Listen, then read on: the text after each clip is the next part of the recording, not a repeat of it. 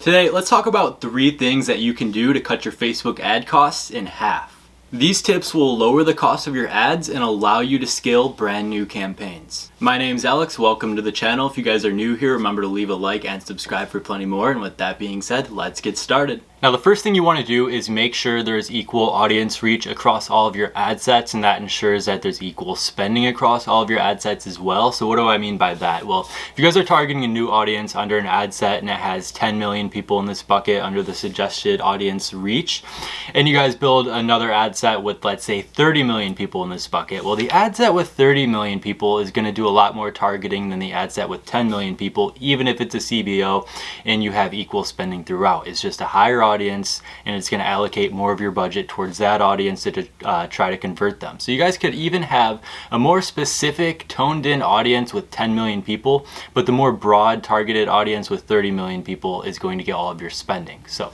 you guys either want to make sure all of your audiences have 10 million people or they all have 30 million people, but not one or the other. So what you guys can do in that case is, let's say you guys go on the 30 million audience, you guys can actually narrow that down with some more traits that your guys' customers have and try to get that down to, let's say, 10 to like 15 million. Or you guys can get rid of some of the restrictions on your other ad set or actually increase the interest as well, and that should ramp up the population that's in that ad set.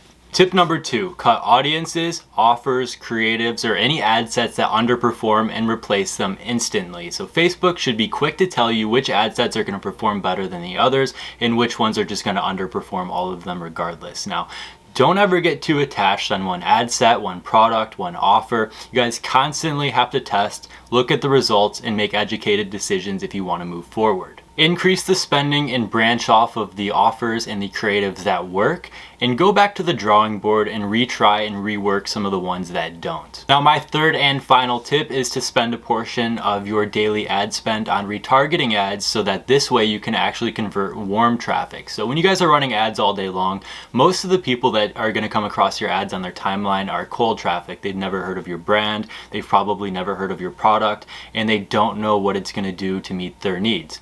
Warm traffic has already heard of your brand, they've interacted with your ads, they've gone on your website, they just haven't made the purchase yet. So by running retargeting ads, you're running traffic to this already warmed up audience and just giving them the final validation that they need to convert. You'll want to spend significantly less than the other ads that you're running on Facebook, but this audience will be your best converting ads that you will create.